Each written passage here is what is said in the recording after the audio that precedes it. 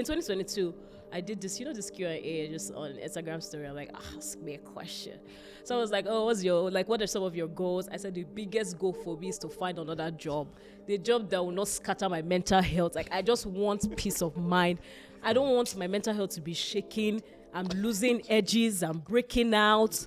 The whole shebang. I'm like, no, I just need a new job, and I need it to be remote, and I need it to be good paying, just like, all that good stuff, right?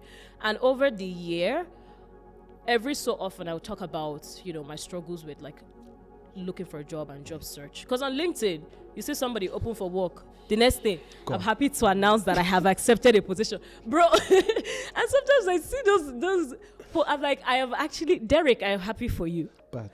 But I've also been open to work for a while now. So you see that there is an issue here, because if there's something I'm doing wrong, you can just let me know that. I have updated my resume. I have updated LinkedIn. I have paid for the premium. I have reached out to people. Not the premium.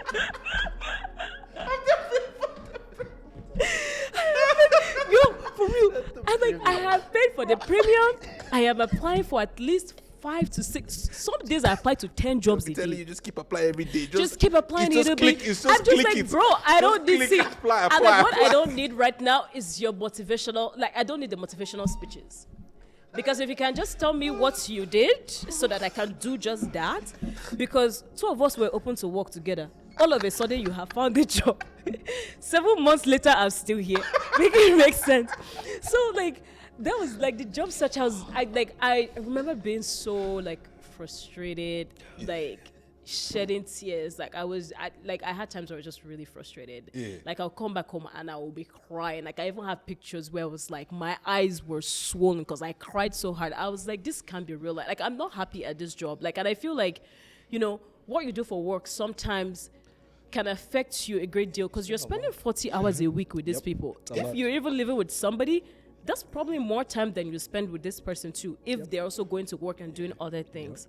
So I remember talking about it on social media. Every so often I'm like, like I applied for this job and I didn't get it, or like I had this interview, or I've applied for 5 months, like I haven't gotten any interview. At least give me the interview and then not give me the job. At least call me for the interview and then not give me the job. But the fact that I wasn't even getting interviews, I said, because if there's something wrong with me, you can just tease me just a little bit. Just you get. Yeah. But I think just talking about it over the year, over 2022, I remember doing like a to-do list thing. I'm like, my to-do list today: apply for jobs, apply for 6 jobs, apply for 7 jobs, and then towards the end of 2022, I got a job. But then, because I was so open and transparent about it, I also posted, I'm like, yo, your girl got a job. It's not fully remote, but it's hybrid. Look, it will do. It would do. Like, that is a win is a win. A win is a win. A win is a win. You get? So just like sharing about that. I remember people messaging me like, oh my God, like I'm also applying for jobs right now. Like, I really, really appreciated your post, because it showed that it's not a rosy process. Like, it's not that easy. And this is just, this is an example, but I feel like I wish more people would be open about certain things, or just be transparent about real life things, just so people are not saying just the finished product, or like the highlight reel, and then they're comparing themselves. Because even if I'm like, say for example, I was balling, showing you all my money, my wealth, everything, you understood that a year ago I was out here hustling. Like, you saw the process. Like, we kind of all lived through this process together. So I would kind of hope that when people see that, they're not as hard on themselves, because it's like, well, like, this was kind of the process and we got here. Like, I'm not doing so bad if it's taking me a year to look for a job. Yeah. Right? So, yeah. That makes sense. In this episode, we talked about social media and its impact on our mental health. And I feel like a lot of us younger guys, like when we're younger, when we talk about social media and its impact on us, there's a lot of friends that we had, or not necessarily friends, or people who were around us, or we saw in different countries, who were probably the same age, living, showing a better lifestyle, and it's easy when they tell you, oh, this is just a snapshot of people's life. It's not real. It's just social media. It's hard for you to believe it when you're younger. So you tend to think or have this expectation that your life should look like that. and you start doing a lot of things and making moves that you shouldn't make, or you start having internal turmoil when you think about what your mates are doing across the world or different countries. So it's hard for you not to take that in and process it and factor into your own life, and makes it difficult for you to sometimes even appreciate your own life. So which is what made us have this conversation with Ella, and where she shared her own perspective on social media and her own relationship with it, and how it's a big part of our life now, and it's something we have to talk about. So today we have Zainab here, our therapist, Our very own. our very own, to just talk about the conversation we had with Ella and your whole thoughts on the whole topic. Right. So a few thoughts right away. I think Ella did a great job of articulating what some of the challenges are, I think, that most people experience.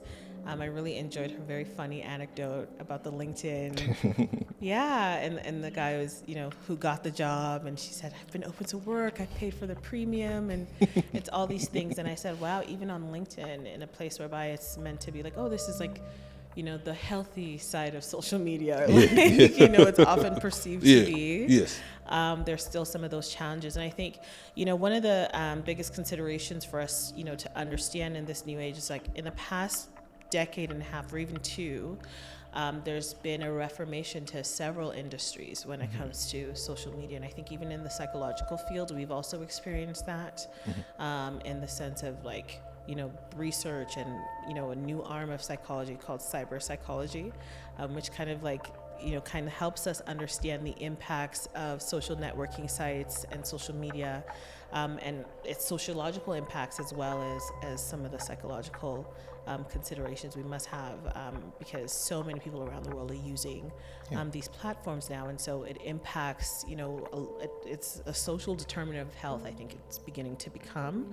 And so in academia, it's something that's, beginning to be really heavily studied and researched, so that's good. And so as we continue to develop, we'll be able to kind of know a little bit more about it. But some social considerations, I think, that we need to have even as we move forward in this new age, essentially, or not so new anymore, is kind of the impact it has on our interaction and communication. Right. So, she alluded to something like, okay, I'm open to work. What does that mean? I'm online on LinkedIn and, representing yourself as that, social interactionism when it comes to like the use of emojis as a way to kind of show what you're feeling, and like, what likes mean on Instagram. A like could mean someone likes you or they like the picture, right? Comments, posts, reposts, all sorts of things, retweets. Our communications patterns have changed. It affects finance. It affects consumerism. Like you said, young men are, they have the fake rollies, like one of you guys had mentioned in the video. And then also, trying to buy and like outbuy the next person and have this new designer thing and that thing. Privacy concerns. We have legislations that have been changed. Of course, we have, I don't know if you guys have heard of the Child Protection. I think it's the Child Protection Act. Protection and Privacy Act, COPA, I think it's called.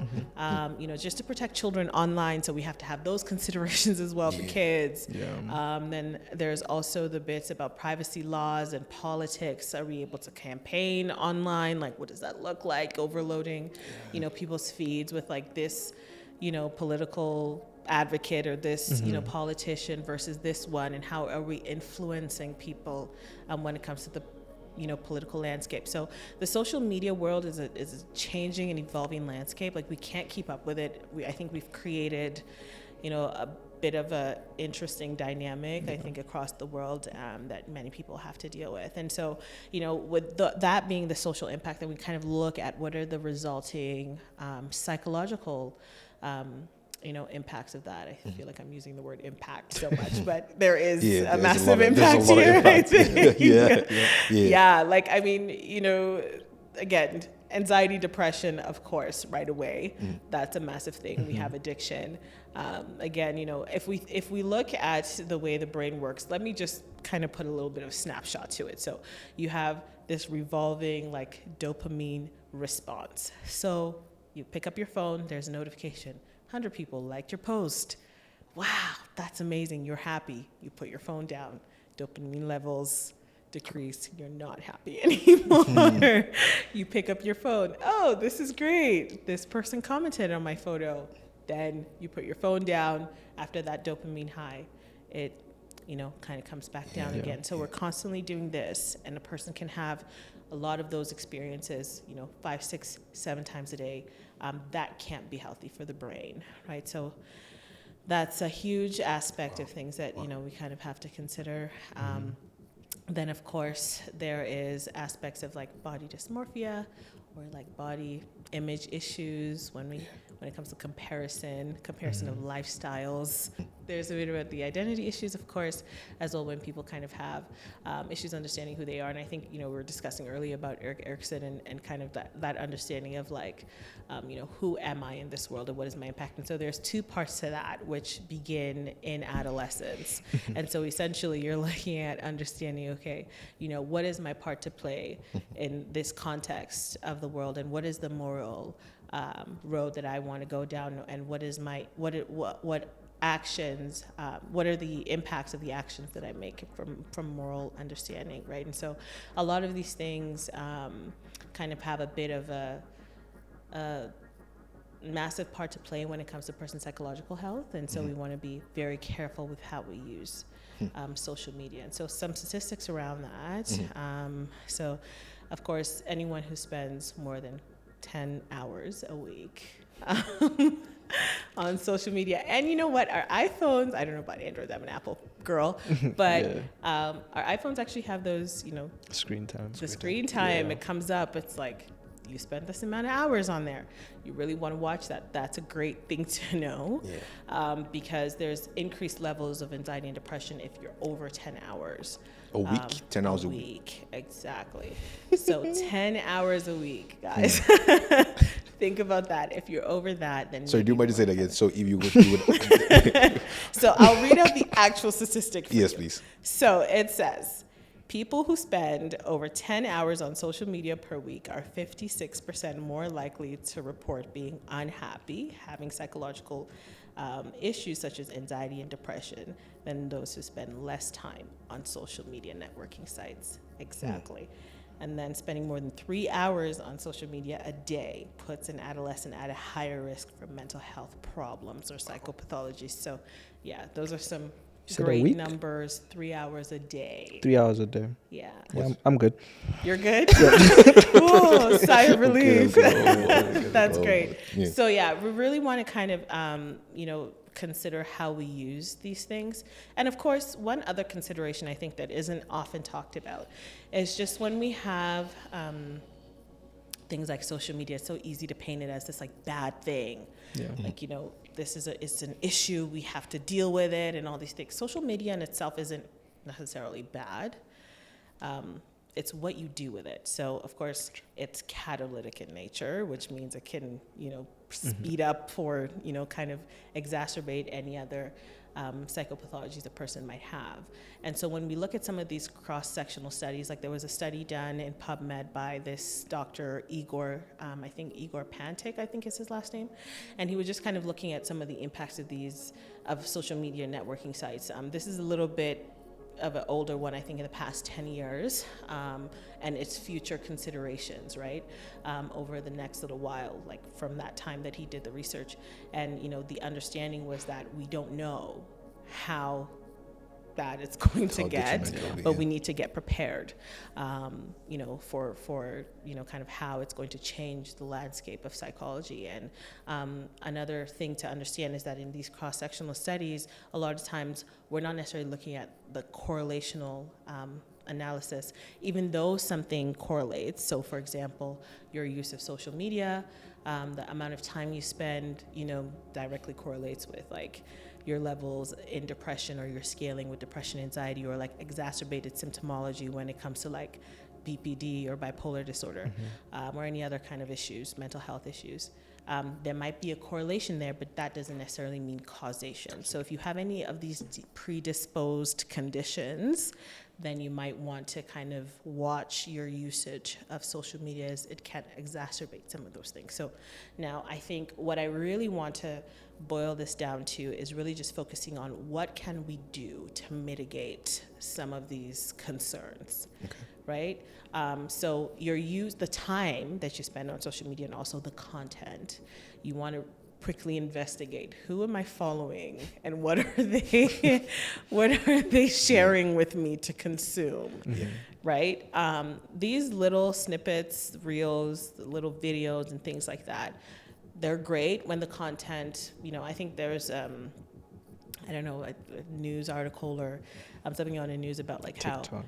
TikTok, In China. in China is like so different from the way it is here, and Yeah. what they consume is different. It's all educational, and here it's not necessarily. It's like life hacks and like some Amazon. unproductive choreography, Yes. maybe, right? Or productive for people who are dancers. But I guess we really want to kind of curate that to our taste to fit what it is that we in areas where maybe we want to grow, or maybe ways to seek knowledge, or ways to connect with people. But we want to be careful in what we're consuming, and how much time we spend doing that. Books still exist outside. How about still audiobooks? exist. Audiobooks are great. Okay. Yeah. I don't think that's, This is a social media networking site Yeah. yet, but I'm sure they might Yeah. turn it into one Something. some way or somehow. But I think that, we really want to kind of watch that. And also, if you suffer or are challenged with any kind of mental health issues, you want to really watch and assess for how that affects you and your use, and be a little bit more introspective with your usage of social media, and try to kind of, of course, get a therapist if you're struggling. Sometimes, I actually had a client who would kind of get news. Her news was off of Twitter or off of, and her entire timeline was just news, bad news. Yeah. This bomb went off here. This people fell off a plane here. This thing happened here. Like, this war is here. These are all the details, and it's coming at her like, and it's causing lots of anxiety. And in her world, it's okay. The world is ending. All of these terrible things are happening around me. But that's not necessarily the entire truth, right? So for a lot of people, your reality is restricted to your timeline.